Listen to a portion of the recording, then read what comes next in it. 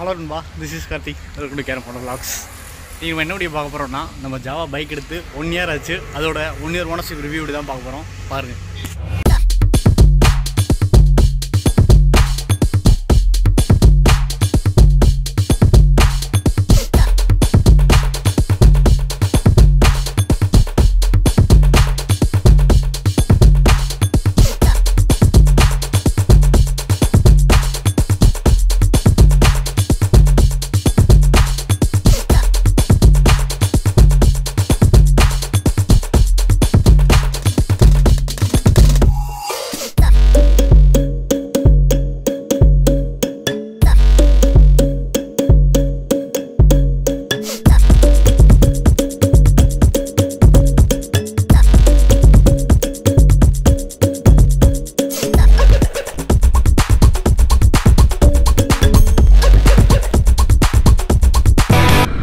Hello நண்பா, this is Karthik. Welcome to carrom photo vlogs. அப்பா ரொம்ப நாள் ஆச்சு மோட்டோ vlog பண்ணி. கடைசியாக அந்த ஏற்காடு ரைடு போயிட்டு வந்ததுக்கப்புறம் எந்த ஒரு மோட்டோ vlog பண்ணலை. சரி, நம்ம ஜாவா பைக் எடுத்து 1 year ஆச்சு. போன Jan 14 1 year வந்து ஆச்சு. மற்ற வீடியோஸ் வந்து அந்த டைமில் வந்து இந்த ஏற்காடு கொலிகில்ஸ் வீடியோஸ் வந்து போயிட்டு இருந்தனால என்னால் அந்த வீடியோஸ் பண்ண முடியல. யாராவது இன்னும் ஏற்காடு கொலிகில்ஸ் வீடியோ வந்து போய் செக் பண்ணாமல் இருக்கீங்கன்னா போய் செக் பண்ணி பாருங்கள் நண்பா. ஓகே, Jan 14 நம்ம வண்டி எடுத்து 1 year ஆச்சு. இந்த 1 yearல் வண்டி எப்படி இருக்குது அப்படின்றத ஒரு ஓனர்ஷிப் வியூவாக நம்ம பார்த்துடலாம் அப்படின்னு சொல்லி இந்த வீடியோ. அதுவும் சரி, ஓகே, நான் ஒரு இடத்துக்கு கிளம்பிகிட்டு இருந்தேன். சரி, ஓகே, அப்படியே போகும்போது ஒரு மோட்டோ vloggingல இந்த ஓனர்ஷிப் ரிவ்யூ ஒன்று கொடுக்கலாம் அப்படின்ட்டு தோணுச்சு. அதனால் எடுத்துகிட்டு கிளம்பியாச்சு. இப்போ நான் எங்கே போயிட்டுருக்கேன்னா, மானாமதுரையிலேருந்து பார்த்திபனூர் அப்படின்ற ஒரு இடத்துக்கு நான் போய்கொண்டு இருக்கிறேன்.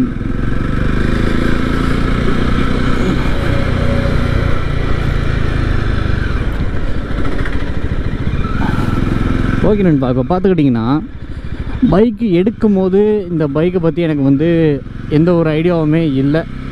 இந்த வண்டி எப்படி இருக்க போகுது, என்ன நடக்க போகுது, எதுவுமே வந்து எனக்கு சுத்தமாக வந்து ஐடியாவே இல்லை. ஜஸ்ட்டு வந்து இந்த பைக் நான் எப்படி எடுத்தேன்னா டெஸ்ட் ட்ரைவ் பண்ணி பார்த்தேன். அதுவும் நான் ஓட்டது வந்து 42 கிடையாது, கிளாசிக் தான். நான் வந்து ஃபஸ்ட்டு நான் ஓட்டி பார்த்தேன் டெஸ்ட் ட்ரைவ் பண்ணும்போது. கிளாசிக் ஓட்டி பார்க்கும்போது எனக்கு வந்து ரொம்ப பிடிச்சிருச்சு. கிளாசிக் ஓட்டினோன்னே சரி, ஓகே, நம்ம புக் பண்ணிடலாம், இன்னொரு நாள் வந்து ஓட்டி பார்த்துக்கலாம் அப்படின்ட்டு நான் வந்து புக் பண்ணிட்டேன்.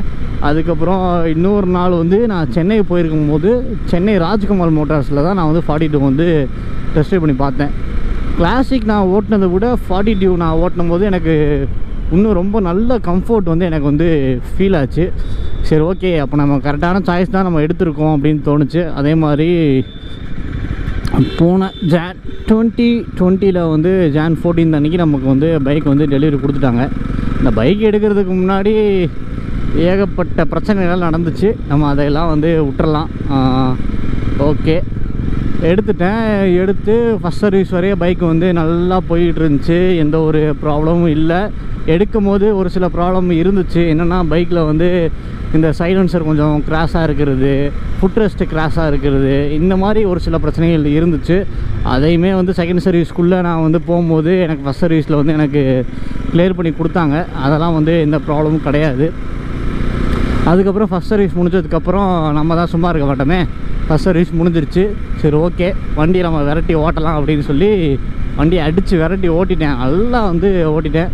இதுவரையும் என் பைக்கில் நான் ரீச் பண்ணியிருக்க டாப் ஸ்பீடு பார்த்திங்கன்னா 145 to 150 நான் வந்து இந்த பைக்கில் நான் வந்து ரீச் பண்ணியிருக்கேன்.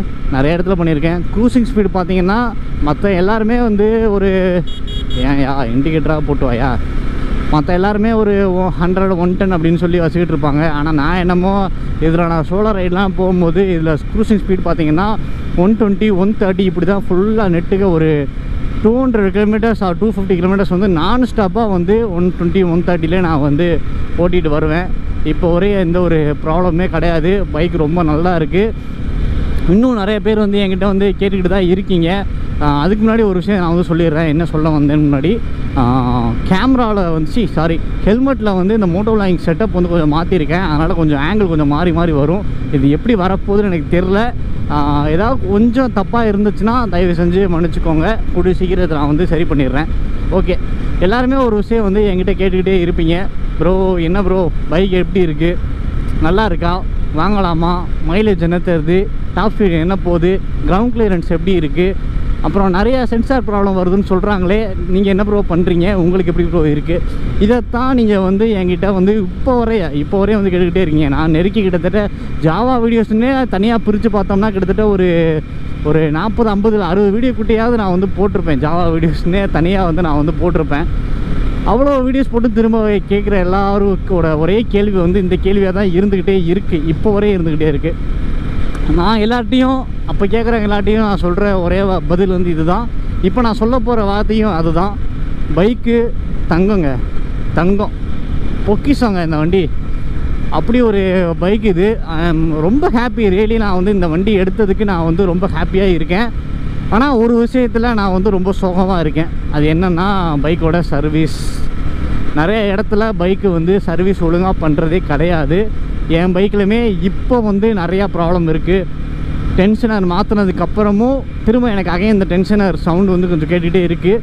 எனக்கு நிறைய ஒர்க்ஸ் இருக்குது. அதனால் வந்து என்னால் ஒன்று வந்து சர்வீஸ் சென்டர் போக முடியல.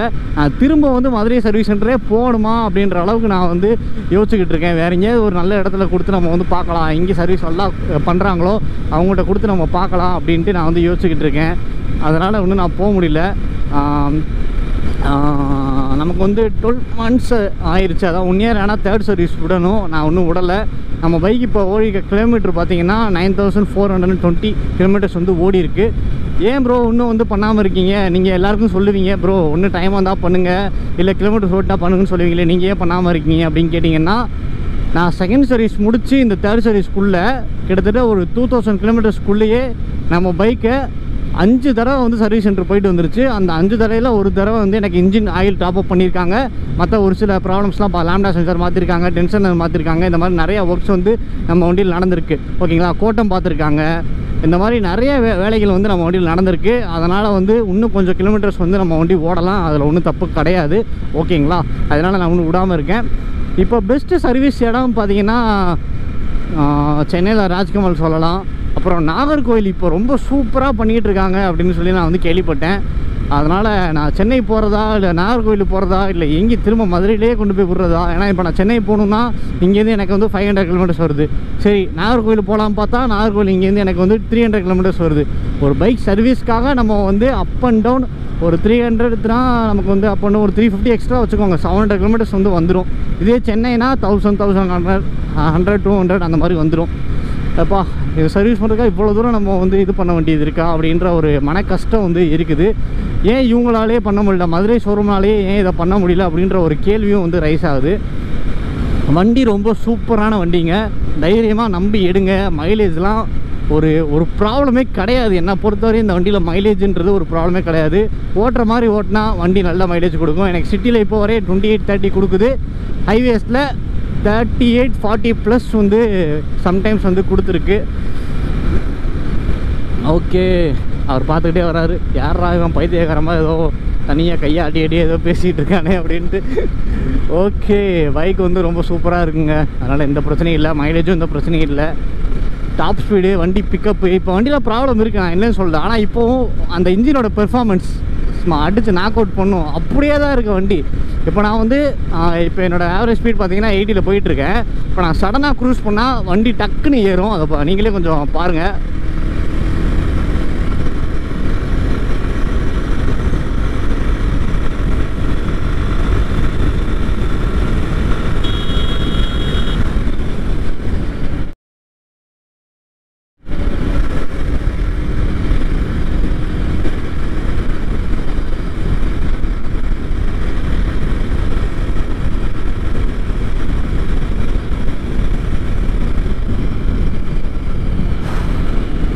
பார்த்தீங்களா, வண்டியோட பெர்ஃபார்மன்ஸ் வந்து இன்னும் அப்படியே தான் இருக்குது.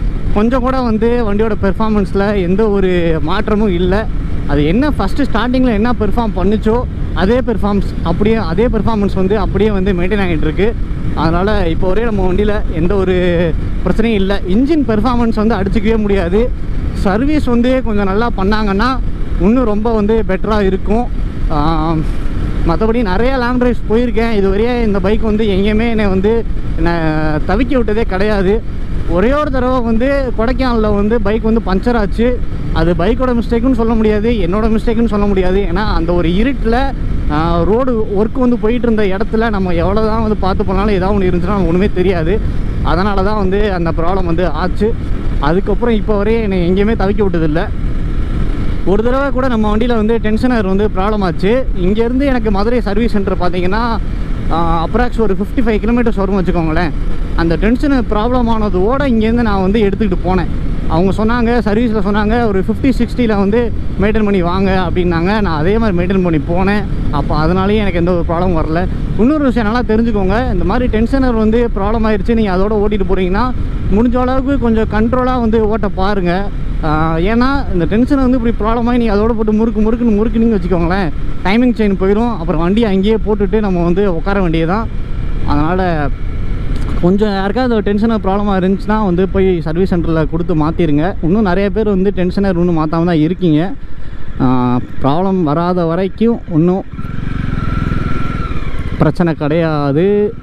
அப்புறம் ப்ராப்ளம் நீங்கள் எங்கேயா போயிட்டுருக்கீங்க, திடீர்னு ஏதாவது ப்ராப்ளம் இருந்துச்சுன்னா இதை ப்ராப்ளம் ஆகிடும். அதனால் சர்வீஸ் சென்டரில் கேட்டுக்கோங்க, இன்னும் மாற்றலை, இது இப்படி தான் இருக்குது, மாற்றலாமா என்னென்னு கேட்டுக்கோங்க. மாற்றணும்னு சொல்லிட்டாங்கன்னா மாற்றிடுங்க, அவ்வளோதான், வேறு ஒன்றும் இல்லை. அவ்வளோதான் நண்பா. இப்போ ஒரே பைக் வந்து இந்த பிரச்சனையெல்லாம் நல்லா போயிட்டுருக்கு. சர்வீஸ் தான் எனக்கு வந்து ரொம்ப ப்ராப்ளமாக இருக்குது. கூடிய சீக்கிரம் சர்வீஸுக்கும் ஏதாவது ஒரு நல்ல சொல்யூஷன் கிடைக்கும்னு நான் வந்து நம்புகிறேன். பார்க்கலாம். அண்ட் ஒன் மோர் திங், நம்ம எல்லாருமே ஒரு யோசித்து பார்க்க வேண்டிய ஒரு விஷயந்தான். என்ன அப்படின்னா, புதுசாக வந்து எடுத்துகிட்டு வந்திருக்காங்க. கொஞ்சம் கொஞ்சமாக தான் அவங்க வந்து அந்த ப்ராப்ளம்ஸ் எல்லாத்தையுமே வந்து கிளியர் பண்ண முடியும். அதனால் நம்மளும் கொஞ்சம் வெயிட் பண்ணி பார்ப்போம். ஜாவாலேருந்து ஒரு பெட்டரான நல்ல சொல்யூஷன் வந்து கிடைக்கும் அப்படின்றத நம்புவோம். என்னென்பா வேறு என்ன சொல்லணும், அடுத்து ஜாவாலேருந்து இப்போ நிறைய அப்டேட்ஸ் வந்து வந்துகிட்ருக்கு. ஜாவா 42 வந்து இந்த அலாய் வீல் வச்சு, அப்புறம் வந்து ஃப்ரண்ட்டில் விண்ட்ஷீல்டு, அப்புறம் பிளாக் கலர் பவுட்ரு கோட்டிங் பண்ண மாதிரி இந்த மாதிரி நிறையா ஃபோட்டோஸ் வந்து லீக் ஆகி வந்துகிட்டு இருக்கு. பார்க்கவே ரொம்ப ஹாப்பியாக இருக்குது. அதெல்லாம் வந்து ஒரு ஆக்சசரிஸாக நமக்கும் வந்து ஒரு ஆப்ஷனாக கொடுத்தாங்கன்னா ரொம்ப நல்லாயிருக்கும். அந்த வீடியோஸ்லாம் செக் பண்ணி பார்க்காதவங்க போய் செக் பண்ணி பாருங்கள். ஓகே நண்பா, வேறு ஏதாவது டவுட்டாக இருந்தால் என்னை இன்ஸ்டாகிராமில் ஃபாலோ பண்ணி இன்ஸ்டாகிராமில் கேளுங்க, இல்லை கமெண்ட்டில் கேளுங்க. நான் வந்து சொல்கிறேன். நான் ரீச் ஆக வேண்டிய இடத்துக்கு நான் ரீச் ஆகிட்டேன். அதனால் இதோட இந்த வீடியோ வந்து முடித்து கொள்கிறேன். வீடியோ பிடிச்சிருந்தா லைக் பண்ணுங்கள், ஷேர் பண்ணுங்கள், கமெண்ட் பண்ணுங்கள், மறக்காமல் சப்ஸ்கிரைப் பண்ணிடுங்க. அப்புறம் ஃப்யூச்சரில் பெரிய ரைட்ஸ்லாம் வந்து பிளான் பண்ணிகிட்ருக்கேன். அது இன்னும் ஒரு 2-3 மந்த்ஸ் தான். அந்த பெரிய ரைட்னாலே உங்களுக்கு வந்து என்னென்னு தெரிஞ்சிடும். அதே தான், தமிழ்நாட்டிலேருந்து பண்ண போகிற ஆளாக நம்ம இருந்தோம்னா நமக்கு ரொம்ப சந்தோஷம்தான். இருப்போன்றதை நம்புவோம். அதுக்கான முயற்சிகள், அதுக்கான வேலைகள் வந்து எவ்வளோ வேகமாக போக முடியுதோ போய்கொண்டு தான் இருக்கிறது. உங்களால் எனக்கு எதாவது ஹெல்ப் பண்ண முடிஞ்சால் நான் கேட்குறேன். என்னால் முடியலன்னா உங்கள்கிட்ட கேட்குறேன். உங்களால் முடிஞ்சது எனக்கு வந்து ஹெல்ப் பண்ணுங்கள். ஓகே நண்பா, இதோட இந்த வீடியோ நான் வந்து என் பண்ணிக்கிறேன். தேங்க்யூ நண்பா, தேங்க்ஸ் ஃபார் வாட்சிங். இவ்வளோ நாள் சப்போர்ட் பண்ணதுக்கும் ரொம்ப நன்றி. இன்னும் வந்து சப்போர்ட் பண்ணுங்கள், சப்போர்ட் பண்ணிகிட்டே இருங்க. இன்னும் நிறையா வந்து நம்ம வந்து அச்சீவ் பண்ணுவோம். பாய் நண்பா, டேக் கேர்.